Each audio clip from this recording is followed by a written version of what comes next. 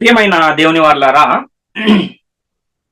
ధర్మశాస్త్రము అనే ఈ అంశాన్ని మనం ఎందుకు తెలుసుకోవాలి అసలు అనే ప్రశ్న మనం వేసుకుంటే, మొట్టమొదట పరిశుద్ధ గ్రంథములో వ్రాయబడిందే ఈ ధర్మశాస్త్రము అనే పుస్తకం. అయితే ఈ ధర్మశాస్త్రము అంటే ఏంటి అసలు, ఈ ధర్మశాస్త్రములో ఏ ఏ పుస్తకాలు ఉన్నాయి అన్న విషయాలు కూడా తెలియని వారు చాలా మంది నేటి కాలంలో ఉన్నారు. కాబట్టి ప్రతి క్రైస్తవుడు కూడా ఈ అంశాన్ని తెలుసుకోవాలి గనుక ఈ విషయాలను మీ ముందుకు తీసుకురావాలని ఈ యొక్క అంశాన్ని మీ ముందుకు తీసుకువస్తున్నాం. అసలు ఇంతకీ ధర్మశాస్త్రంలో ఏముంటుంది అని మనం ఆలోచిస్తే, ధర్మశాస్త్రము దేనిని గూర్చి తెలియజేస్తుంది అన్న విషయాన్ని మనం ఆలోచిస్తే, ఈ ధర్మశాస్త్రం అనేది ధర్మ విధులను గూర్చి తెలియజేస్తుంది అని పరిశుద్ధ గ్రంథం మనకు తెలియజేస్తూ ఉంది. దీనిని గురించి మనకి ఇంకా కొంచెం వివరంగా అర్థం అవ్వాలంటే, ఒక రాజు రాజ్యాన్ని పరిపాలిస్తున్నప్పుడు ఆ రాజ్యములో ఉన్న ప్రజలు ఆ రాజు యొక్క చిత్తాన్ని అనుసరించి జీవించటానికి, జరిగించటానికి, ఒకరితో ఒకరు సామరస్యముగా ఉండడానికి, ప్రేమ కలిగి నడుచుకోవడానికి, లేదా ద్వేషము, శత్రుత్వము ఇలాంటివి ఏవీ లేకుండా ఉండడానికి, ఆ దేశంలో ఎలాంటి అన్యాయమైన క్రియలు జరగకుండా ఉండాలంటే ఆ దేశం ఏం చేస్తుందంటే, ఆ రాజుగారు మరియు వాళ్ళ మంత్రివర్గము, అందులో ఉన్న పెద్దవాళ్ళందరూ కూర్చుని ఒక చట్టాన్ని తయారు చేసుకుంటారు. కాబట్టి ఆ చట్టం ఏం చేస్తుందంటే మనుషులందరినీ కూడా ఒక సన్మార్గంలో నడిపించే పని ఆ చట్టం చేస్తుంది. కాబట్టి ఈ ధర్మశాస్త్రం అనేది కూడా ఒక చట్టమే అన్న విషయాన్ని మొదట మనం గ్రహించాలి. అంటే ఒక రాజు తన దేశ పౌరసత్వం గల ప్రజలు అనుసరించడానికి ఎలాగైతే ఒక చట్టాన్ని ఏర్పరచుకుంటాడో, అదే విధంగా దేవుడు కూడా తన ప్రజలైన ఇశ్రాయేలీయులు నడుచుకోవడానికి, తన సన్నిధిలో పరిశుద్ధులుగా, నిర్దోషులుగా నడుచుకోవడానికి ఏం చేశాడంటే ఆయన ఒక చట్టాన్ని తయారు చేశాడు. ఆ చట్టమే ధర్మశాస్త్రము అన్న విషయము మనం గ్రహించాలి. ఈ తయారు చేసిన ఈ చట్టాన్ని దేవుడు ఎవరికి ఇచ్చాడు అంటే ఇశ్రాయేలీయులకు ఇచ్చాడు. ఎందుకంటే భూమి మీద మొట్టమొదట దేవుని ఆజ్ఞలను అనుసరించి జీవించిన వారు ఎవరైనా ఉన్నారా అంటే వాళ్ళు కేవలం ఇశ్రాయేలీయులు మాత్రమే అన్న విషయం కూడా పరిశుద్ధ గ్రంథము తెలియజేస్తుంది. అందుకనే ఈ విధులను, చట్టాలను, ఆజ్ఞలను కలిగిన ఒక పుస్తకాన్ని ఏమని పిలుస్తారంటే ధర్మశాస్త్రము అని అని దానికి ఒక పేరుంది. ఇదే ధర్మశాస్త్రాన్ని హెబ్రీ భాషలో ఏమంటారు అంటే తౌరాత్ అని పిలుస్తారు. ఈ ధర్మశాస్త్రాన్నే పాత నిబంధన అని కూడా పరిశుద్ధ గ్రంథం తెలియజేస్తున్న సందర్భాలు మనకు అనేకంగా కనబడతాయి. కాబట్టి ఇప్పుడు ధర్మశాస్త్రం అంటే దేవుడు ఇశ్రాయేలీయులకు ఇచ్చిన కట్టడలు, ఆజ్ఞలు, ధర్మ విధులు అన్న విషయము మనకు అర్థమవుతుంది.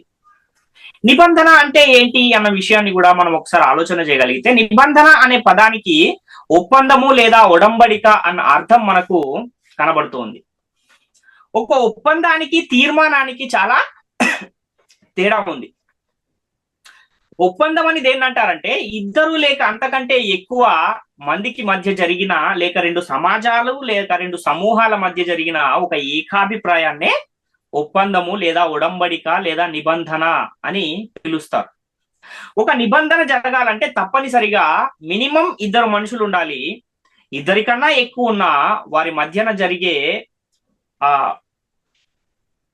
ఏకాభిప్రాయాన్ని ఏమంటారంటే నిబంధన లేక ఒడంబడిక అని పిలుస్తారు. కాబట్టి ఇద్దరు వ్యక్తులు లేక రెండు సమాజాల మధ్య జరిగే ఈ ఒప్పందాన్ని నిబంధన అంటున్నాం. అందుకనే మనకు పరిశుద్ధ గ్రంథంలో కూడా పాత నిబంధన మరియు క్రొత్త నిబంధన అన్న రెండు భాగాలు మనకు కనబడుతూ ఉంటాయి. అయితే బైబిల్ గ్రంథంలో ఈ నిబంధన లేక ఒప్పందము ఎవరు చేశారు, ఎవరితో చేశారు అని మనం ఆలోచిస్తే, పరలోకమందున్న తండ్రి అయిన దేవుడు ఇశ్రాయేలు ప్రజలతో, ఇశ్రాయేలు సమాజముతో ఒక ఒప్పందాన్ని, ఒక ఒడంబడికను, ఒక నిబంధనను చేశాడు అన్న విషయాన్ని మొదట మనము గమనించాలి.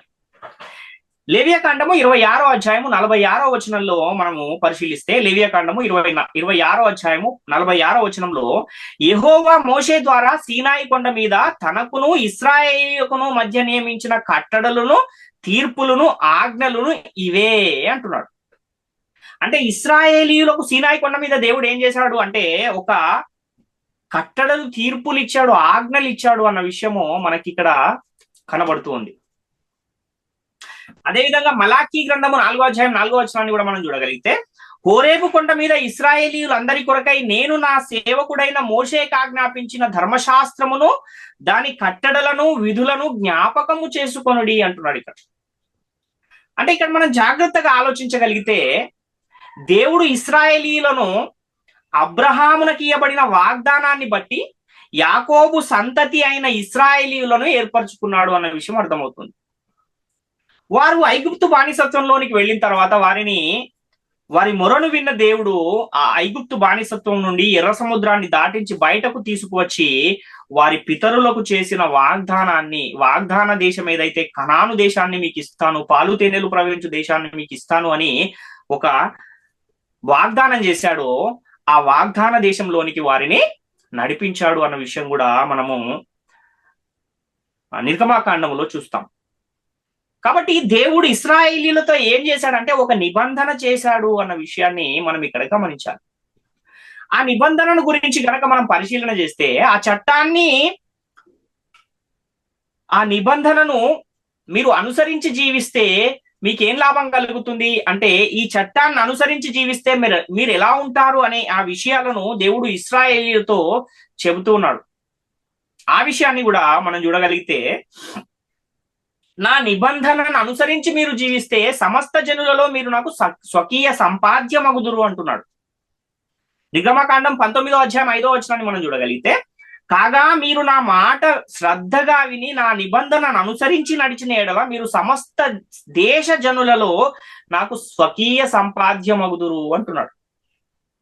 అంటే తన మాటను శ్రద్ధగా విని ఆ నిబంధనను అనుసరించాలి. అలా చేసినప్పుడు ఏదైతే వారికి అవసరమో ఆ అవసరమైన ప్రతి దాన్ని కూడా దేవుడు వారికి సమకూరుస్తాడు అన్న విషయము మనకి ఇక్కడ అర్థమవుతుంది. అంటే మనము ఈ లోకంలో మనం కూడా గమనించినట్లయితే మన పిల్లలు ఉంటారు కదా, ఆ పిల్లల్లో 2 పిల్లలు ఉన్నారు. ఒక పిల్లవాడేమో తల్లిదండ్రుల మాట జవదాటకుండా చక్కగా వారు ఏది చెప్తే అది చేసుకుని పోయే కుమారుడు ఒకడు, ఏది ఖాతరు చేయకుండా తిరిగే కుమారుడు ఒకడు ఉంటే ఎవరి మీద మనకు ఎక్కువగా అడగగానే చేస్తాము అంటే ఏదైతే వింటున్నాడో ఆ పిల్లవానికి మనం ఎక్కువగా దాన్ని చేస్తూ ఉంటాం. అలాగే దేవుడు కూడా ఏమంటున్నాడు అంటే, మీరు ఎప్పుడైతే నా యొక్క ఆజ్ఞలను మీరు అనుసరించి జీవిస్తారో అప్పుడు నేను మీకు అవసరమైన ప్రతి దాన్ని కూడా సమకూరుస్తాను అని దేవుడు చెబుతూ ఉన్న పరిస్థితులు మనకు కనబడుతున్నాయి. ద్వితీయోపదేశ కాండములో కూడా ఇర్మియా గ్రంథంలో కూడా మనం ఒక మాటను చూడగలిగితే, ఇర్మియా గ్రంథం 11వ అధ్యాయం 4వ వచనంలో, ఐగుప్తు దేశములో నుండి ఈ ఇనుప కొలిమిలో నుండి నేను మీ పితరులను రప్పించిన దినమున నేను ఆజ్ఞ ఇచ్చి తిని నేడు ఉన్నట్టుగా పాలు తేనెలు ప్రవహించు దేశమును మీ పితరులకు ఇచ్చదనని వారితో నేను చేసిన ప్రమాణమును నేను నెరవేర్చున్నట్లు మీరు నా వాక్యమును విని నేను మీకు ఆజ్ఞాపించు విధులన్నిటిని బట్టి ఈ నిబంధన కార్యములను అనుసరించి నడిచిన ఎడల మీరు నాకు జనులయ్యుందురు, నేను మీకు దేవుడనయ్యుందును అంటున్నాడు. కాబట్టి ఏమున్నాయి ఇందులో అంటే నిబంధన వాక్యాలు ఉన్నాయి. ఈ నిబంధన వాక్యములను అనుసరించి జీవించాలి, అప్పుడు మీరు నాకు జనులు అవుతారు అని ఇక్కడ దేవుడు తెలియజేస్తున్న ఆ మాటను మనం చూస్తున్నాం. అంతేకాకుండా మీరు ఎప్పుడు ఆశీర్వదింపబడతారు అన్న ఆ విషయాన్ని కూడా దేవుడు తెలియజేసిన మాటను మనం చూడగలిగితే, ద్వితీయోపదేశ కాండం 30వ అధ్యాయం 15-16 వచనాల్లో, చూడుము నేడు నేను జీవమును మేలును మరణమును కీడును నీ ఎదుట ఉంచి ఉన్నాను, నీవు బ్రతికి విస్తరించున్నట్లుగా నీ దేవుడైన యెహోవాను ప్రేమించి ఆయన మార్గములందు నడుచుకొని ఆయన ఆజ్ఞలను కట్టడలను విధులను ఆచరించుమని నేడు నేను నీకు ఆజ్ఞాపించుచున్నాను. అట్లు చేసిన ఎడల నీవు స్వాధీనపరుచుకొనుటకు ప్రవేశించు దేశంలో నీ దేవుడైన యెహోవా నిన్ను ఆశీర్వదించును అంటున్నాడు. కాబట్టి దేవుని ఆశీర్వాదం కావాలంటే ఏం చేయాలి? ముందు ఆయన ఆజ్ఞలను అనుసరించాలి, ఆయన కట్టడలను అనుసరించాలి, ఆయన విధులను గైకొని జీవించాలి. అప్పుడు ఆయన మనల్ని ఆశీర్వదిస్తాడు అన్న ఒక విషయం ఇక్కడ తెలియజేస్తున్నాడు. కాబట్టి నిబంధన అంటే దేనికి, ఎవరెవరికి నిబంధన అంటే దేవునికి ఇశ్రాయేలీలకు మధ్య జరిగిన ఒక ఒప్పందము, ఒక ఒడంబడిక అన్న విషయము మనకు పరిశుద్ధ గ్రంథం తెలియజేస్తుంది. కాబట్టి ధర్మశాస్త్రం అంటేనేమో దేవుడు తన ప్రజలైన ఇశ్రాయేలీయులతో తన చిత్తాన్ని జరిగించడం కోసము ఒక చట్టాన్ని ఇచ్చాడు. ఆ చట్టం పేరే ధర్మశాస్త్రము అన్న విషయము మనకు అర్థమవుతుంది. కాబట్టి బైబిల్ గ్రంథంలో ధర్మశాస్త్రము అన్న ఆ భాగంలో ఎన్ని పుస్తకాలు ఉన్నాయి, ఏ పుస్తకాలను ధర్మశాస్త్రం అంటారు అని కూడా మనం ఆలోచిస్తే బైబిల్ గ్రంథంలో ధర్మశాస్త్రం అనేది అసలు ఎక్కడుంది అన్న విషయాన్ని కూడా మనము తెలుసుకోవాల్సిన అవసరం ఉంది. పరిశుద్ధ గ్రంథంలోని మొదటి 5 పుస్తకాలనే ధర్మశాస్త్రము అని అంటారు. పంచకాండాలను ధర్మశాస్త్రం అని పిలిచే ఇశ్రాయేలీయులు వాటిని ధర్మశాస్త్ర గ్రంథము, మోషే వ్రాసి ఇచ్చిన ధర్మశాస్త్ర గ్రంథము అని దానికి ఒక పేరుంది. ఏవి మొదటి 5 పుస్తకాలు అంటే ఆది కాండము, నిర్గమకాండము, లేవియ కాండము, సంఖ్యాకాండము, ద్వితీయోపదేశ కాండము. ఈ 5 పుస్తకాలను కలిపి ధర్మశాస్త్ర గ్రంథము అని అంటారు. అయితే ఇక్కడ మనం ఆలోచన చేయగలిగితే పాత నిబంధన అని వ్రాయబడిన భాగంలో ఎన్ని పుస్తకాలు ఉన్నాయంటే మొత్తం 39 పుస్తకాలు పాత నిబంధన అని వ్రాయబడిన భాగంలో మనకు కనబడుతూ ఉంటాయి. ఈ పాత నిబంధనలో ధర్మశాస్త్రానికి సంబంధించిన 5 పుస్తకాలను తీసేస్తే మిగిలినవన్నీ 39లో 5 పోతే 34 పుస్తకాలు మిగిలాయి. కాబట్టి ఈ పంచకాండాలను ధర్మశాస్త్ర గ్రంథములో దేవుని ఆజ్ఞలు, నిబంధన వాక్యాలు, కట్టడలు, విధులు, ధర్మశాస్త్ర ప్రధానములు ఇవన్నీ ఆ మొదటి 5 పుస్తకాలలో, పంచకాండాలలో లేదా ధర్మశాస్త్ర గ్రంథములో ఉన్నాయి. మరి మిగిలిన 34 పుస్తకాల్లో ఏముంది, అందులో ఏం రాయబడింది అన్న ఆ విషయాన్ని కూడా మనం ఆలోచిస్తే బైబిల్ గ్రంథము తెరవగానే మనకు పాత నిబంధన అని కనబడుతుంది. ఆ పాత నిబంధనలో 39 పుస్తకాలు ఉన్నాయి. ఆ పుస్తకాలలో ధర్మశాస్త్రానికి సంబంధించిన మొదటి 5 పుస్తకాలను తీసేస్తే మిగిలిన పుస్తకాల్లో ఏం రాయబడింది 34 పుస్తకాల్లో అంటే ధర్మశాస్త్ర చట్టాన్ని అనుసరించి జీవించిన ప్రజల జీవిత చరిత్ర మనకు ఆ మిగిలిన పుస్తకాలలో కనబడుతుంది అన్న విషయాన్ని మొదట మనము గ్రహించాలి. అంటే ఈ మిగిలిన 34 పుస్తకాలలో ఏమున్నాయంటే చరిత్ర పుస్తకాలు కొన్ని ఉన్నాయి, అలాగే పద్య భాగాలు కొన్ని ఉన్నాయి, అలాగే ప్రవక్తల గ్రంథాలు కొన్ని ఉన్నాయి. వీటన్నిటినీ కలిపి పాత నిబంధన అన్న పేరు మనకు బైబిల్ గ్రంథములో మొదటి పేజీ తీయగానే కనబడుతుంది. కాబట్టి ఈ ధర్మశాస్త్రాన్ని అనుసరించి జీవించిన ప్రజల జీవిత చరిత్ర ఈ 34 పుస్తకాలలోనే ఉందా, లేక బైబిల్ గ్రంథంలో ఇంకా ఎక్కడైనా మనకు కనబడుతుందా అన్న ఆ విషయాన్ని కూడా మనం ఆలోచిస్తే ధర్మశాస్త్రం ఎప్పటి వరకు అయితే అమల్లో ఉంటుందో అప్పటి వరకు కూడా ధర్మశాస్త్రాన్ని అనుసరించి జీవించిన ప్రజల జీవిత చరిత్ర వ్రాయబడి ఉంటుంది అన్న విషయము మనము గ్రహించాలి. అయితే ఈ ధర్మశాస్త్రం ఎప్పటి వరకు అమల్లో ఉంది అంటే మనకు పరిశుద్ధ గ్రంథములో మీకును మాకును ఉండిన ద్వేషమును విధిరూపకమైన ఆజ్ఞలు గల ధర్మశాస్త్రమును కొట్టివేయుట చేత మధ్యగోడను పడగొట్టి మన ఉభయులను ఏకము చేసెను అని మనకు ఎఫెసీ పత్రిక 3వ అధ్యాయంలో 13 నుంచి 15 వచనాల్లో కనబడుతుంది. అంటే ఈ ధర్మశాస్త్రం అనేది ఎప్పటి వరకు ఉంది అనంటే అది యేసుక్రీస్తు వచ్చి శిలువలో చనిపోయేంత వరకు కూడా ఆ ధర్మశాస్త్రం అనేది అమల్లో ఉంది అన్న విషయాన్ని మనం గమనించాలి. అంటే యేసుక్రీస్తు ఏం చేశాడు అంటే మీకును మాకును అంటే ఇశ్రాయేలీయులకును అన్యజనులకును మధ్య అడ్డుగోడ అయిన ధర్మశాస్త్రాన్ని ఏం చేశాడు, కొట్టివేశాడు అన్న విషయము మనకు చాలా స్పష్టంగా పరిశుద్ధ గ్రంథం తెలియజేస్తుంది. రోమపత్రిక 10వ అధ్యాయం 4వ వచనంలో కూడా యేసుక్రీస్తు ధర్మశాస్త్రమునకు సమాప్తి అయి ఉన్నాడు అన్న మాట మనకు కనబడుతుంది. అదే విధంగా కొలసి పత్రికలో కూడా 2వ అధ్యాయము 13 నుంచి 15 వచనాల్లో సిలువలో ఆయన ఏం చేశాడంట, ధర్మశాస్త్రాన్ని కొట్టివేశాడు అన్న విషయం అక్కడ మనకు చాలా స్పష్టంగా కనబడుతుంది. వ్రాత రూపకమైన ఆజ్ఞలు గల ధర్మశాస్త్రమును మేకులతో సిలువకు కొట్టి దాని నుండి మనల్ని ఏం చేశాడు, విడిపించాడు. కాబట్టి ఈ విషయాలను మనం పరిశీలించిన తర్వాత యేసుక్రీస్తు శిలువ మరణం వరకు కూడా ధర్మశాస్త్రం అమల్లో ఉంది అన్న విషయం అర్థమవుతుంది. అంటే పాత నిబంధనలో 34 పుస్తకాల్లో ధర్మశాస్త్రాన్ని అనుసరించి జీవించిన ప్రజల జీవిత చరిత్ర మనకు కనబడుతుంది. అలాగే యేసుక్రీస్తు మరణ సమాధి పునరుత్థానముల సమాచారము ఎంతవరకైతే వ్రాయబడి ఉందో అంతవరకు కూడా మనకు ధర్మశాస్త్రాన్ని అనుసరించి జీవించిన ప్రజల జీవిత చరిత్ర కనబడుతుంది అని మనకు అర్థమవుతూ ఉంది. అంటే కొత్త నిబంధన అని వ్రాయబడిన భాగంలో కూడా మొదటి 4 పుస్తకాలలో యేసుక్రీస్తు వారి యొక్క శిలువ మరణ సమాధి పునరుత్థానాలు ఉన్నాయి. అంటే పాత నిబంధనలోని 34 పుస్తకాలు, అలాగే క్రొత్త నిబంధనలోని మొదటి 4 పుస్తకాలు, మొత్తము 38 పుస్తకాలలో మనకు ఏం కనబడుతుంది అని అంటే, ధర్మశాస్త్రాన్ని పొందుకున్న ప్రజలు ఆ ధర్మశాస్త్రాన్ని అనుసరించి జీవించిన వారి జీవిత చరిత్రకు సంబంధించి అనేక విషయాలు మనకు ఆ పుస్తకాలలో కనబడతాయి.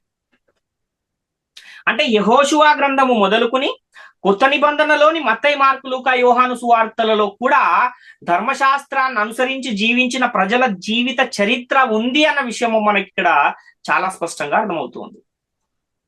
కాబట్టి ఈ ధర్మశాస్త్రాన్ని యేసుక్రీస్తు శిలువలో కొట్టివేశాడు కాబట్టి ధర్మశాస్త్రం కూడా ఎప్పటి వరకు అమల్లో ఉందంటే, క్రొత్త నిబంధనలోని మొదటి 4 పుస్తకాల చివరి అధ్యాయాల వరకు కూడా ధర్మశాస్త్రం అనేది అమల్లో ఉంది. కనుక కొత్త నిబంధన అని వ్రాయబడిన భాగంలోని మొదటి 4 పుస్తకాల వరకు కూడా ఉన్నదేంటి అని మనం ఆలోచిస్తే, ధర్మశాస్త్ర చట్టాలను అనుసరించి జీవించిన ప్రజల జీవిత చరిత్ర మనకు ఆ కొత్త నిబంధన అని వ్రాయబడిన భాగంలోని మొదటి 4 పుస్తకాలలో కూడా ఉంది అన్న విషయం అర్థమవుతుంది. కాబట్టి ఈ పాత నిబంధనలోని 34 పుస్తకాలు మరియు కృత నిబంధనలోని 4 పుస్తకాలు, ఈ 38 పుస్తకాలు కూడా ఏ విషయాన్ని తెలియజేస్తున్నాయంటే, ధర్మశాస్త్రాన్ని అనుసరించి జీవించిన ప్రజల జీవిత చరిత్రను తెలియజేస్తున్నాయి. అదేవిధంగా పాత నిబంధనలోని మొదటి 5 పుస్తకాలేమో ధర్మశాస్త్ర గ్రంథాలు అన్న విషయము మనకు అర్థమవుతుంది. అయితే ఇక్కడ కొంతమందికి ఒక సందేహము వచ్చే అవకాశం ఉంది. అదేంటంటే, ఆదికాండం అనే పుస్తకంలో మోషే లేడు కదా, ఆ కాలానికి ఇంకా మోషే పుట్టనే లేదు కదా, అలాగే దేవుడు ఇశ్రాయేలీయులకు ఇచ్చిన ధర్మశాస్త్రం అనే చట్టం కూడా ఆదికాండంలో ఇవ్వబడలేదు కదా, కాబట్టి ఈ ఆదికాండములో మోషే లేడు, ఆదికాండంలో ధర్మశాస్త్రానికి సంబంధించిన చట్టాలు, ఆజ్ఞలు, విధులు కూడా లేవు, ఇశ్రాయేలీయులకు ఇచ్చిన చట్టం కూడా ఆదికాండంలో లేదు కదా, అలాంటప్పుడు ఆదికాండము కూడా ధర్మశాస్త్ర గ్రంథం అని ఎలా పిలువబడుతుంది అన్న ప్రశ్న ఒకవేళ ఎవరికైనా రావచ్చు. అంటే మోషేయే లేని ఆదికాండము, ధర్మశాస్త్రం అనే చట్టమే లేని ఆదికాండము ధర్మశాస్త్రంగా ఎలా పిలువబడుతుంది అన్న ప్రశ్న ఒకవేళ ఎవరికైనా తలెత్తితే దానికి సమాధానాన్ని కూడా మనము ఆలోచన చేయగలిగితే, ఇక్కడ మనం అర్థం చేసుకోవాలన్న విషయం ఏంటంటే, ధర్మశాస్త్ర గ్రంథముగా నేడు పిలువబడుతున్న ఈ 5 పుస్తకాలు మొదట్లో హెబ్రీ భాషలో ఒకే పుస్తకముగా ఉండేది అన్న విషయాన్ని మనం గమనించాలి. అంటే ఆదికాండము, నిర్గమకాండము, లేవియ కాండము, సంఖ్యాకాండము, ద్వితీయోపదేశ కాండము అన్న ఈ పేర్లు తర్వాత పెట్టబడ్డాయి. మొదట అది ఒక ధర్మశాస్త్ర గ్రంథము అన్న ఒకే పుస్తకంగా అది పిలువబడేది, అది కూడా హెబ్రీ భాషలో వ్రాయబడి ఉండేది అన్న విషయాన్ని మనం గమనించాలి. అయితే ఈ క్రీస్తు పూర్వం 3వ శతాబ్దంలో ఐగుప్తు దేశంలోని అలెగ్జాండ్రియా పట్టణంలో గ్రీకుల పాలన అనేది సాగుతూ ఉన్న ఆ సమయంలో టాలమీ ఫిలదెల్ఫియా అనే ఒక రాజు హెబ్రీ భాషలో ఉన్న ఈ ధర్మశాస్త్ర గ్రంథాన్ని గ్రీకు భాషలోనికి తర్జుమా చేయించాలనుకున్నాడు. ఎందుకని తర్జుమా చేయించాలనుకున్నాడంటే, ఆయన పుస్తకాలను చదవటంలో కొంచెం ఆసక్తి కలిగిన వాడు కనుక అలెగ్జాండ్రియా అనే పట్టణంలో ఒక గ్రంథాలయాన్ని స్థాపించాడు. అందులో సుమారుగా ఒక 2 లక్షల పుస్తకాలు ఉండేవి అని చరిత్రకారులు చెబుతూ ఉంటారు. కాబట్టి ఈ టాలమీ ఫిలదెల్ఫియా అనే ఈ రాజు ఏం చేశాడంటే, ఈ వీళ్ళ గ్రంథాన్ని చదివి ఇందులో ఏముందో తెలుసుకోవాలన్న కోరిక కలిగి ఒక 70 మంది ఇశ్రాయేలీయులలో ఉన్న పండితులను ఏం చేశాడంటే, ఇశ్రాయేలు నుండి అలెగ్జాండ్రియా పట్టణానికి పిలిపించాడు. ఆ పిలిపించినప్పుడు వాళ్ళు వచ్చి ఆ 70 మంది కూడా ఏం చేశారంటే, హెబ్రీ భాషలో ఉన్న ఆ ధర్మశాస్త్ర గ్రంథాన్ని గ్రీకు భాషలోనికి వాటిని తర్జుమా చేశారు అన్న విషయాన్ని మనం గమనించాలి. ఇది ఎప్పుడు జరిగింది అంటే, క్రీస్తు పూర్వము 3వ శతాబ్దంలో జరిగిన సంగతి. కాబట్టి ఆ 70 మంది పండితులు హెబ్రీ భాషలో ఉన్న ఆ ధర్మశాస్త్ర గ్రంథాన్ని లేదా తౌరా అనే ఆ గ్రంథాన్ని గ్రీకు భాషలోనికి తర్జుమా చేశారు. ఈ తర్జుమా చేసే సమయంలో ఏం చేశారు వాళ్ళు అంటే, ఈ 5 పుస్తకాలుగా ఉన్నాయి కదా, వీటిని చదివేవారు సులభంగా అర్థం చేసుకోవాలంటే ఇలా వీటిని ఉన్నట్టుగా తర్జుమా చేస్తే అర్థం కావడానికి కొంచెం కష్టంగా ఉంటుంది. కాబట్టి వీటిని పుస్తకాలుగా విడగొట్టి రాద్దామన్న ఒక ఆలోచనతో 5 భాగాలుగా దీన్ని విడగొట్టి 5 పేర్లు ఈ పుస్తకాలకు పెట్టారు అన్న విషయాన్ని మనం గమనించాలి. ఈ 70 మంది దీన్ని రాశారు కనుక దీనికి సెప్టావజెంట్ అనే పేరు కూడా ఉంది. సెప్టావజెంట్ అంటే 70 అన్న అర్థం వస్తుంది. గ్రీకు సంఖ్యలో సెప్టావజెంట్ అంటే 70 అనే అర్థం ఉంది కనుక దాన్ని 70 మంది రాశారు కనుక సెప్టావజెంట్ అని కూడా దానికి ఒక పేరుంది. అంటే ధర్మశాస్త్రం అన్న పేరుంది, తౌరా అన్న పేరుంది, సెప్టావజెంట్ అన్న పేరు కూడా ఉంది ఈ మొదటి 5 పుస్తకాలు. కాబట్టి ఈ 5 పేర్లను కూడా సందర్భానుసారంగా మొదటి పుస్తకంలో జరిగిన సంగతులన్నీ కూడా ఆదిలో సంభవించాయి గనుక, ఆదిలో జరిగాయి గనుక ఆ ఆదిలో జరిగిన సంగతులను, దేవుడు చేసిన సృష్టిని, ఆ తర్వాత జనుల విస్తరణకు సంబంధించిన విషయాలన్నిటినీ ఒక చోట తీసుకొచ్చి దానికి ఆది కాండము అన్న పేరును పెట్టారు. ఆ తర్వాత ఇశ్రాయేలీయులు ఐగుప్తు దేశంలో బానిసలుగా ఉంటూ ఆ దేశం నుండి తిరిగి తమ పితరులకు దేవుడు వాగ్దానం చేసిన కనాను దేశంలోనికి వస్తూ ఉన్నప్పుడు, ఆ కనాను దేశానికి ఐగుప్తు నుండి కనాను వరకు వీళ్ళు ప్రయాణం చేసిన ఆ చరిత్ర అంతా కూడా ఒక పుస్తకంగా రాశారు. దానికి ఏం పేరు పెట్టారంటే నిర్గమకాండము అన్న పేరు పెట్టారు. ఎందుకని నిర్గమకాండం అన్న పేరు పెట్టారంటే, నిర్గమము అనే మాటకు బయటకు వెళ్ళుట అన్న అర్థము ఉంది. కాబట్టి వాళ్ళు తమది కాని దేశంలో బానిసలుగా ఉన్నారు, అక్కడి నుంచి మళ్ళా తమ దేశానికి బయటకి వస్తూ ఉన్నారు గనుక దానికి నిర్గమాకాండము అన్న పేరును పెట్టారు. ఇంగ్లీష్ లో ఎక్సోడస్ అంటే కూడా కమ్ అవుట్, బయటకి రావటం. కాబట్టి వాళ్ళు ఆ దేశం నుంచి బయటకు వస్తున్నారు కనుకనే ఈ నిర్గమాకాండము అన్న పేరు వారి యొక్క ఐగుప్తు దేశం నుండి కనాను దేశం వరకు ప్రయాణం చేసిన ఆ వృత్తాంతాన్ని అంతా రాసి దానికి నిర్గమాకాండం అన్న పేరును పెట్టారు అన్న విషయాన్ని మనం గమనించాలి.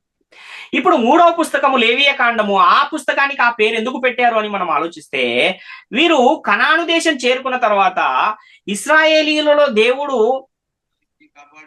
ఆ మందిరంలో ఏదైతే పని జరుగుతుందో, దేవుని ప్రత్యక్ష గుడారంలో మందసం దగ్గర బలిపీఠము, ఆ బలిపీఠం దగ్గర జరిగే సేవా కార్యక్రమాలు, తర్వాత లేవీయులనే ఆ సేవ చేయడానికి ఎన్నుకున్న దేవుడు వారిని అక్కడ ఉంచి వారి చేత ఏ కార్యాలు చేయాలి, ఎలా చేయాలి, బలులు ఎలా అర్పించాలి, పాప పరిహారం ఎలా చేయాలి, ఇవన్నింటినీ వారికి అప్పగించాడు. తర్వాత ఈ లేవీయులు చేసే ప్రతి పనిని కూడా విపులంగా అందులో వ్రాయించాడు. గనుకనే దీనంతటికీ కూడా ఏం పేరు పెట్టారంటే లేవీయ కాండము అన్న పేరును పెట్టారు. ఎందుకంటే ఈ లేవీయ కాండములో లేవీయులు చేయు పనులను గూర్చిన వివరాలు ఎక్కువగా మనకు కనబడుతూ ఉంటాయి. ఆ తర్వాత సంఖ్యాకాండము అన్న పేరు ఎందుకు పెట్టారు అన్న ఆ విషయాన్ని కూడా మనం చూడగలిగితే, ఆ తర్వాత దేవుడు ఇశ్రాయేలీలలో ఉన్న జనులను లెక్కించమన్న ఒక ఆజ్ఞను జారీ చేశాడు. అంటే మీ యొక్క ఇశ్రాయేలు జనాంగములో ఎంతమంది పిల్లలు ఉన్నారు, ఎంతమంది స్త్రీలు ఉన్నారు, ఎంతమంది పురుషులు ఉన్నారు, ఎంతమంది యుద్ధము చేయగల సమర్థులు ఉన్నారు, వీరందరినీ కూడా లెక్కించండి అన్న ఒక మాట చెప్పాడు. కనుక ఆ లెక్కించడానికి సంబంధించిన అనేక సందర్భాలు ఈ సంఖ్యాకాండంలో కనబడుతుంటాయి. సంఖ్య అంటే నంబర్, కాబట్టి సంఖ్యాకాండము, లెక్కించటము అన్న ఆ పేరుని ఆ గ్రంథానికి 4వ పుస్తకానికి పెట్టినట్టుగా మనం చూస్తున్నాం. చివరగా ఈ ద్వితీయోపదేశ కాండము అన్న పేరు ఎందుకు పెట్టారు అని ఆ విషయాన్ని కూడా మనం ఆలోచిస్తే, ఇంకా మోషే గారు కనాను దేశానికి రాబోతూ ఉన్నప్పుడు, ఇంకా ఆ మోషే గారికి దేవుడు భూమి మీద నియమించిన దినములన్నీ అయిపోయిన తర్వాత, ఇంకా ఆయన చనిపోతాడు అన్న తరుణంలో మరలా నేను వెళ్ళిపోయిన తర్వాత వీరు దారి తప్పిపోతారేమోనని దేవుడు ఆజ్ఞాపించిన విషయాలన్నింటినీ ఇంకొకసారి మరలా వారికి ఉపదేశిస్తూ ఉన్నాడు. కాబట్టి ఆ మాటలన్నీ మళ్ళా రెండవసారి చెబుతూ ఉన్నాడు గనుక దానికి ద్వితీయోపదేశ కాండము అన్న పేరును పెట్టారు. ద్వితీయ ఉపదేశము, రెండవసారి ఉపదేశించుట అన్న అర్థము ఈ యొక్క గ్రంథానికి పెట్టడం జరిగింది. కాబట్టి నేడు మనకు మొదటి 5 కాండాలుగా 5 భాగాలుగా కనబడుతున్నాయి, కానీ మొదట్లో ఈ 5 పుస్తకాలు కలిపి ఒకే పుస్తకంగా ఉండేది. దాన్నే ధర్మశాస్త్ర గ్రంథము అని పిలిచేవారు. దేవుని చేత రాజుగా నియమింపబడిన ప్రతి రాజు దగ్గర కూడా ఈ ధర్మశాస్త్రము ప్రతి ఒక్కటి ఉండేది. ఎందుకంటే అదే వాళ్ళ చట్టము గనుక. నిర్గమకాండము 24వ అధ్యాయము 12వ వచనాన్ని మనం చూడగలిగితే, అప్పుడు యెహోవా మోషేతో ఇట్లా, నేను నీవు కొండ ఎక్కి నా యొద్దకు వచ్చి అచ్చట నుండుము, నీవు వారికి బోధించున్నట్లు నేను రాసిన ఆజ్ఞలను ధర్మశాస్త్రమును రాతి పలకలను నీకు ఇచ్చేదనగా అంటున్నాడు. ద్వితీయోపదేశ కాండము 1వ అధ్యాయం 5వ వచనాన్ని కూడా మనం చూస్తే, యోర్ధాను యువతలనున్న మోయాబు దేశమున మోషే ఈ ధర్మశాస్త్రమును ప్రకటింప మొదలు పెట్టి ఇట్లా నేను అంటున్నాడు. అదేవిధంగా ద్వితీయోపదేశ కాండం 4వ అధ్యాయం 44వ వచనంలో కూడా మోషే ఇశ్రాయేలులకు ఇచ్చిన ధర్మశాస్త్రము ఇది అంటున్నాడు. అంటే తర్వాత వస్తూ ఉంటే ఆది కాండములో నిర్గమాకాండములో మోషే ఇచ్చిన ఆజ్ఞలు అన్న మాట ఇక్కడ మనకు కనబడదు. ద్వితీయోపదేశ కాండంలో మోషే ఇచ్చిన ఆజ్ఞలను ఇక్కడ కనబడదు. ఎందుకంటే ముందు అది ఎలా ఉందంటే ధర్మశాస్త్ర గ్రంథముగానే ఉంది కనుక, ధర్మశాస్త్ర గ్రంథములో వ్రాయబడిన నిబంధనలు, ధర్మశాస్త్ర గ్రంథము దేవుడు ఇశ్రాయేలీలకు ఇచ్చిన ధర్మశాస్త్రము అన్న ఈ మాటలే ఎక్కువగా మనకు కనబడుతూ ఉంటాయి. ద్వితీయోపదేశ కాండం 31వ అధ్యాయం 9వ వచనాన్ని కూడా చూస్తే, మోషే ఈ ధర్మశాస్త్రమును వ్రాసి యెహోవా నిబంధన మందసమును మోయి యాజకులైన లేవీయులకును ఇశ్రాయేలీయుల పెద్దలందరికీ దానిని అప్పగించను అని ఇక్కడ చూస్తున్నాం. అంటే వారు నడుచుకొనుటకు అదేంటి అనంటే ఒక చట్టము, కట్టడలు, విధులు, ఆజ్ఞలు. ఏం చేస్తాయి ఇవన్నీ అంటే వారిని ఒక క్రమ పద్ధతిలో దేవుని మార్గంలో నడిపిస్తూ ఉంటాయి. కనుకనే చట్టంగా దేవుడు వారికి ఇచ్చిన సందర్భాలు మనకు కనబడుతూ ఉన్నాయి. యెహోషువ గ్రంథం 8వ అధ్యాయం 32వ వచనాన్ని కూడా మనం చూస్తే, మోషే ఇశ్రాయేలీయులకు రాసి ఇచ్చిన ధర్మశాస్త్ర గ్రంథమును ఒక ప్రతిని అతడు అక్కడ ఆ రాళ్ల మీద వ్రాయించాను అంటున్నాడు. అంటే దేవుడు తెలియజేస్తూ ఉన్నప్పుడు ఇశ్రాయేలీలకు ఎవరు రాసి ఇచ్చారు ఇదంటే ధర్మశాస్త్రాన్ని మోషే గారు రాసి ఇచ్చారు అన్న విషయము ఇక్కడ మనకు చాలా స్పష్టంగా కనబడుతుంది. కాబట్టి ఆది కాండము కూడా ధర్మశాస్త్ర గ్రంథాలలో ఎందుకు లెక్కించబడుతుంది అంటే తర్జుమా చేయకముందు అది ఒకే పుస్తకంగా ఉంది. ఆ సందర్భాలన్నీ కలిపి ఒక ధర్మశాస్త్ర గ్రంథంగా పిలువబడేది. ఈ పేర్లు అనేవి తర్వాత వీళ్ళు వాటిని చదివే వారికి సులభంగా అర్థం కావడానికి వాటిని విభజించి రాశారు తప్ప ముందు పేర్లు లేవు అన్న విషయాన్ని మొదట మనం గమనించాలి. అయితే మోషే వ్రాసింది ధర్మశాస్త్రం అయితే మరి కీర్తనల గ్రంథాన్ని కూడా ధర్మశాస్త్రం అని, అలాగే ప్రవక్తల గ్రంథాలలో కొన్నింటిని కూడా ధర్మశాస్త్రం అని బైబిల్ గ్రంథం ఎందుకు చెబుతుంది అనే ప్రశ్న కొంతమందికి, అంటే బైబిల్ గ్రంథాన్ని పరిశీలించే వారికి కొంతమందికి ఈ ప్రశ్న కూడా తలెత్తే అవకాశం ఉంది. అంటే యేసుక్రీస్తు మరియు అపోస్తలుల కాలం నాటికి వేటిని కూడా ధర్మశాస్త్రం అనే పిలిచే వాడుక ఉంది అన్న ఆ విషయాన్ని కూడా మనం చూడగలిగితే, యేసుక్రీస్తు మరియు అపోస్తలుల కాలం నాటికి కీర్తనల గ్రంథము, ప్రవక్తల గ్రంథాలను కూడా ధర్మశాస్త్రము అని చెప్పే ఒక ఆనవాయితీ వాడుక వాళ్లకు ఉంది అన్న విషయాన్ని మనం గమనించాలి. ఎందుకంటే కీర్తనల గ్రంథంలో వ్రాయబడిన సంగతులను కూడా ధర్మశాస్త్రంలో వ్రాయబడి ఉండలేదా అని యేసుక్రీస్తు వారే చెప్పిన సందర్భాలు మనకు కనబడతాయి కొన్ని. అలాగే ఇంకా కొన్ని చోట్ల ప్రవక్తల గ్రంథాలలో వ్రాయబడిన సంగతులను కూడా ధర్మశాస్త్రంలో వ్రాయబడిన సంగతులు అని చెప్పబడిన సందర్భాలు మనకు కనబడతాయి. వాటికి ఉదాహరణగా మనము యేసుక్రీస్తు వారు చెప్పిన ఒక మాటను చూడగలిగితే, యోహాను సువార్త 10వ అధ్యాయం 34వ వచనంలో, అందుకు యేసు, మీరు దైవములని నేనంటినని మీ ధర్మశాస్త్రములో వ్రాయబడి ఉండలేదా అని ఇక్కడ ఒక మాట మనకు కనబడుతుంది. అంటే మీరు దైవములని నేనంటిననే ఈ మాట ఎక్కడ వ్రాయబడి ఉందని యేసుక్రీస్తు వారు చెబుతున్నాడంటే ధర్మశాస్త్రంలో వ్రాయబడి ఉంది అని చెబుతున్నాడు. ఇంతకీ ఇది ఎక్కడుందో అన్న ఆ విషయాన్ని మనం చూడగలిగితే ఈ మాట మనకు కీర్తనల గ్రంథంలో కనబడుతుంది. కీర్తనల గ్రంథము 82వ అధ్యాయం 1వ వచనంలో, దేవుని సమాజములో దేవుడు నిలిచి ఉన్నాడు, దైవముల మధ్యను ఆయన తీర్పు తీర్చుచున్నాడు అంటున్నాడు. అలాగే 82వ అధ్యాయం 6వ వచనంలో కూడా కీర్తనల గ్రంథము, మీరు దైవములనియు మీరందరూ సర్వోన్నతుని కుమారులనియు నేనే సెలవిచ్చి ఉన్నాను అని ఇక్కడ మనకు కనబడుతుంది. అంటే యేసుక్రీస్తు ధర్మశాస్త్రములో ఉంది కదా అని చెబుతున్న ఈ మాట మనకి ఎక్కడ కనబడుతుంది అంటే కీర్తనల గ్రంథములో కనబడుతుంది. కాబట్టి ఈ కీర్తనల గ్రంథాన్ని కూడా ధర్మశాస్త్రము అని చెప్పే వాడుక మనకు ఉంది అన్న విషయం అర్థమవుతూ ఉంది. అంటే యేసుక్రీస్తు వారు జీవించిన కాలంలో ఆ కాలానికి కీర్తనల గ్రంథాన్ని కూడా ధర్మశాస్త్రం అని పిలిచేవారు అన్న విషయం అర్థమవుతుంది. యోహాను సువార్తలో కూడా 12వ అధ్యాయము 32 నుంచి 34 వచనాలు మనం చూడగలిగితే, నేను భూమి మీద నుండి పైకెత్తబడిన ఎడల అందరినీ నా యొద్దకు ఆకర్షించుకొందునని చెప్పాను. తాను ఏ విధముగా మరణము పొందవలసి ఉండేనో సూచించుచు ఆయన ఆ మాట చెప్పాను. జనసమూహము క్రీస్తు ఎల్లప్పుడూ ఉండునని ధర్మశాస్త్రము చెప్పుట వింటిమి. మనుష్య కుమారుడు పైకెత్తబడవలనని నీవు చెప్పుచున్న సంగతి ఏమిటి? మనుష్య కుమారుడగు ఈయన ఎవరని ఆయనను అడిగిరి అని చూస్తున్నాం. ఇక్కడ క్రీస్తు ఎల్లప్పుడూ ఉండునని ఎవరు చెబుతున్నారట? ధర్మశాస్త్ర గ్రంథము చెబుతుంది అని అక్కడ ఉన్న జనులు చెబుతూ ఉన్నారు. మరి క్రీస్తు ఎల్లప్పుడూ ఉండునన్న ఈ మాట మనకి ఎక్కడ కనబడుతుంది? పరిశుద్ధ గ్రంథములో, అంటే కీర్తనల గ్రంథము 110వ అధ్యాయం 4వ వచనంలో ఈ మాట మనకు కనబడుతుంది. మెల్కీసెదకు క్రమము చొప్పున నీవు నిరంతరము యాజకుడవయ్యుందు అని యెహోవా ప్రమాణము చేసి ఉన్నాడు, ఆయన మాట తప్పని వాడు అంటున్నాడు. అంటే యేసుక్రీస్తు నిరంతరము ఉంటాడు యాజకుడుగా అన్న విషయము ఇక్కడ మనకు కనబడుతుంది. క్రీస్తు ఎల్లప్పుడూ ఉండును అన్నమాట అక్కడ కనబడుతుంది. ఎక్కడుంది ఇది? ధర్మశాస్త్రంలో మనకు కనబడుతుంది. కాబట్టి ధర్మశాస్త్రం అంటే కీర్తనలలో కనబడుతుంది. కీర్తన గ్రంథాన్ని కూడా ధర్మశాస్త్రము అని పిలిచే వాడుక ఆ రోజుల్లో ఉంది అన్న విషయం మనకి ఇక్కడ అర్థమవుతుంది. ఇంకొక విషయాన్ని కూడా మనం చూడగలిగితే కొరింథీయులకు రాసిన మొదటి పత్రిక 14వ అధ్యాయం 21వ వచనంలో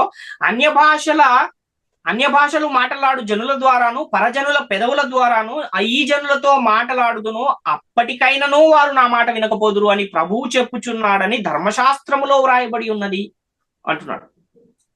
ఈ మాట, ఈ అన్య భాషలు మాట్లాడు జనుల ద్వారా పరజనుల పెదవుల ద్వారా ఈ జనులతో మాట్లాడుదును, ఎప్పటికైనాను వారు నా మాట వినకపోదురు అని ఈ మాట ఎక్కడ వ్రాయబడి ఉందని ప్రభువు చెప్తున్నాడు? అంటే ధర్మశాస్త్రంలో వ్రాయబడి ఉంది అంటున్నాడు.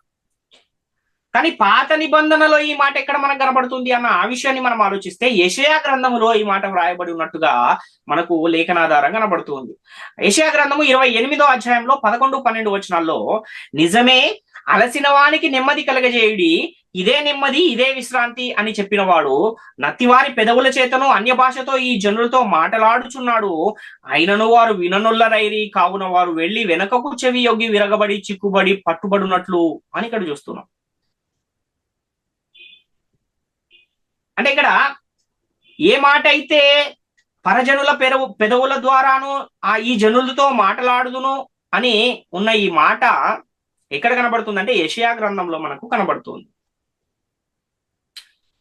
ఇంకొక విషయాన్ని కూడా మనం చూడగలిగితే యోహాను సువార్త 15వ అధ్యాయంలో 25వ వచనంలో అయితే నన్ను నిర్హేతుకముగా ద్వేషించిరి అని వారి ధర్మశాస్త్రంలో వ్రాయబడిన వాక్యము నెరవేరునట్లు ఇది ఇలాగు జరిగేను అని యేసుక్రీస్తు వారు చెప్తున్నారు. యేసుక్రీస్తును ద్వేషిస్తారు అనే ఈ మాట ఎక్కడుంది అంటున్నాడు అంటే ధర్మశాస్త్రంలో ఉంది అంటున్నాడు. మరి ఎక్కడ మనకు పాత నిబంధనలో ఈ మాట కనబడుతుంది అని మనం చూస్తే కీర్తనల గ్రంథంలో 35వ అధ్యాయము 19వ వచనంలో ఈ మాట మనకు కనబడుతుంది. నిర్హేతుకముగా నాకు శత్రువులైన వారిని నన్ను గూర్చి సంతోషింపనీయకము, నిర్నిమిత్తముగా నన్ను ద్వేషించు వారిని కన్ను గీటనీయకము అంటున్నాడు. అదేవిధంగా కీర్తనల గ్రంథం 69వ అధ్యాయం 4వ వచనంలో కూడా నిర్నిమిత్తముగా నా మీద పగపట్టుదురు, నా తల వెంట్రుకల కంటే విస్తారముగా ఉన్నారు, అబద్ధమును బట్టి నాకు శత్రువులై నన్ను సంహరింపగోరు వారు అనేకులు, నేను దోచుకొనని దానిని నేను ఇచ్చుకొనవలసి వచ్చాను అని ఇక్కడ చూస్తున్నాం. అంటే ధర్మశాస్త్రంలో ఉందన్న ఆ మాట కీర్తనల గ్రంథంలో మనకు కనబడుతుంది. అంటే కీర్తనల గ్రంథాన్ని కూడా ధర్మశాస్త్రం అనే వాడుక మొదటి శతాబ్ద కాలంలో ఉంది అన్న విషయం మనకు కనబడుతూ ఉంది.